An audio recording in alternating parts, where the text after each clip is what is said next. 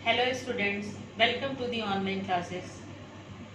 आज हम लोग साहित्य सागर के पद्य भाग में सूर के पद की व्याख्या करेंगे। सूर के पद की व्याख्या के संबंध में पहले भी हम लोग काफ़ी चर्चा कर चुके हैं और आज हम उसकी फिर से पुनः व्याख्या करेंगे। सूर के काव्य की भाषा सरल और मधुर है। सूर स्वयं गायक थे, इसलिए इनके पदों में संगीत ज़्यादा दिखाई पड़ता है। सूर हिंदी काव्य की एक बहुत ही अनोखी धरोहर है। इन्होंने ब्रज भाषा में अपनी रचनाएं की और इन्होंने सूर सागर, सूर सारावली जैसे इतने बड़े बड़े ग्रंथों की रचना की और उसमें अधिकतर इन्होंने अपने आराध्य कृष्ण के बारे में बताया है। सूर और तुलसी एक ही समय के कवि माने जाते हैं और उनके संबंध में कहा जाता है सूर सूर तुलसी शशि। हिंदी साहित्य के जगत में सूर की तुलना सूरज से और तुलसीदास की तुलना चंद्रमा से की गई है।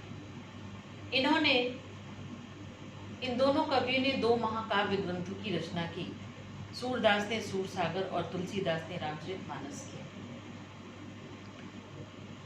तुलसीदास के आराध्य राम थे और सूरदास के आराध्य कृष्ण थे।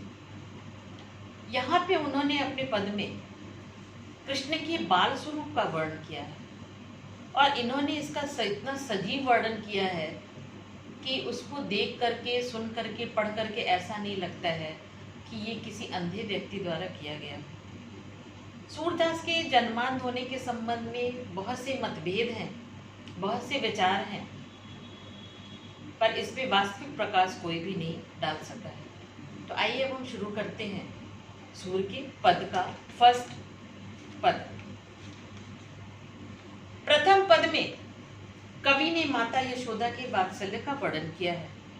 वे लोरी गा करके कृष्ण को सुलाने का प्रयास करती हैं और बीच बीच में जब कृष्ण व्याकुल होकर के उठते हैं तो पुनः उन्हें चुप रहने का, पुनः उन्हें थपथपा करके सुलाने का प्रयास करती हैं और लोगों को चुप रहने का संकेत करती हैं। इस समय उन्हें जो सुख और आनंद की प्राप्ति हो रही है, वह सुख और आनंद बड़े बड़े ऋषि मुनियों को भी दुर्लभ है। ये है पद का सारांश। अब आइए हम व्याख्या करते हैं। जशोदा हरि पालने झुलावे, हल रावे दुलरावे मल्हाए जोई सोई कछुगावे। ये कृष्ण की उस अवस्था का वर्णन है जब वो बहुत ही छोटे हैं और बालक की वह अवस्था जब वो पालने में झूलते हैं। माँ यशोदा कृष्ण को पालने में झुला रही हैं। हलरावे दुलराए, हलरावे मतलब होता है हिलाना, दुलराए मतलब दुलार करना और मल्हावे मतलब स्नेह से हाथ फेरना। उनको पालने में हिलाते हुए, दुलार करते हुए और स्नेह सहित हाथ फेरते हुए वो कुछ गीत भी गुनगुना रही हैं। मेरे लाल को आओ निंदरिया काहे न आनी सुहावे। और ऐसा लोरी गा करके कहती हैं कि मेरे लाल को निंदिया जल्दी से आओ और जल्दी से आकर के उसे सुलाने का प्रयास करो, अर्थात मेरे लाल को की आंखों में जल्दी से नींद आ जाए। तू काहे नहीं बेगई आवे तो को कान बुलावे। वो कहती हैं कि हे निद्रा, तुम क्यों नहीं शीघ्रता से आकर के हमारे कान्हा को सुलाती हो, तुमको कान्हा बुला रहा है।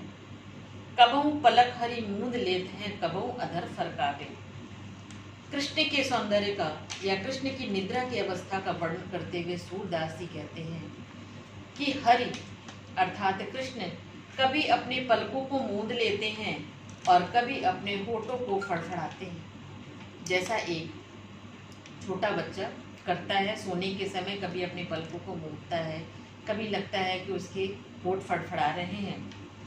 सोवत जानी मौन है कह रही, करी करी सैन बतावे। उन्हें सोता जान करके, मौन रहने का संकेत दे करके और लोगों को चुप करने का माँ यशोदा इशारा करती हैं कि चुप रहो क्योंकि उनका लाल सो रहा है। यही अंतर अकुलाए उठे हरि जसमति मधुरे गावे। और इसी प्रकार इस सुलाने के क्रम में कभी कभी वो व्याकुल होकर के उठते हैं और जब व्याकुल होकर के उठते हैं तो माँ यशोदा फिर मधुर गीत गा करके उन्हें सुलाने का प्रयास करती है। जो सुख सूर अमर मुनि दुर्लभ सो नंद भामिनी पावे। सूरदास जी कहते हैं कि यह इतने परम आनंद का समय है जिस परम सुख और आनंद को प्राप्त करने के लिए देवता ऋषि मुनि तपस्या करते हैं कि ईश्वर के इस रूप का दर्शन हो। वो दर्शन, वो सुख, वो आनंद नंद की भामिनी अर्थात यशोदा माँ को प्राप्त है, अर्थात वो यशोदा को बहुत सौभाग्यशाली समझते हैं। अब दूसरे पद की तरफ चलेंगे। खीजत जात माखन खात अरुण लोचन भव टेढ़ी बार बार जमात। कबहु रुंझुन चलत घुटरन दूर धूसर गात। कबहु झुक के अलग खेचत नैन जल भर लात। कबहु तुतरे बोल बोलत कबहु बोलत तात। सूर हरि की निरख की शोभा निमिक तजत न मान। तृतीय पद में कवि ने कृष्ण की बाल लीला का जीवन चित्रण करते हुए कहा है, उनके विभिन्न क्रियाकलापों के बारे में चर्चा की है। कभी वो गुस्साते हैं, कभी जम्हाई लेते हैं, कभी बाल खींचते हैं, कभी माखन खाते हैं, कभी घुटनों के बल चलते हैं और कभी रोने और तथा तोतले सब जैसी क्रियाओं को करते हैं। अब हम देखते हैं व्याख्या की तरफ। खीजत जात माखन खात, कृष्ण की उस अवस्था का वर्णन किया गया है जब वो नींद से झुंझलाए हुए हैं और उसमें वो मक्खन खा रहे हैं। अरुण लोचन, अरुण का मतलब होता है लालिमा लिए हुए। नींद के कारण उनकी आंखें जो हैं वो लाल हो रही हैं, भौं को टेढ़ी किए हुए हैं, थोड़ा नाराजगी जाहिर कर रहे हैं और बार बार जम्हाई ले रहे हैं। अर्थात नींद के समय जिस तरह बच्चे थोड़े से चिड़चिड़े से होते हैं, इसी दशा का वर्णन किया गया है।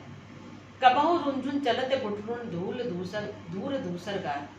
कभी घुटनों के बल चलते हैं, घुटनों के बल चलते हैं तो उनके कमर पे बंधी हुई जो घुंघरू है उससे रुंझुन की आवाज आती है और पूरा शरीर जो है वो धूल से भरा हुआ है। गात मतलब होता है शरीर। कबहु झुक के अलग खेचत नैन जल भर लात, और कभी झुक करके अपने बालों को खींचते हैं और गुस्से में उनकी आंखों में कभी कभी जल अर्थात आंसू आ जाते हैं। कबहु तुतरे बोल बोलत, और कभी तोतले बोल बोल करके बोलते हैं और कभी तात अर्थात अपने पिता को तात कह करके बुलाते हैं। सूर हरि की निरखी शोभा निमिक तजत न मान। सूरदास जी कहते हैं कि प्रभु की इन विभिन्न क्रियाकलापों को देख करके माँ यशोदा अपना पलक झपकाना भूल गई है और कृष्ण की इन बाल लीलाओं में वो अत्यंत आनंदित हो रही है।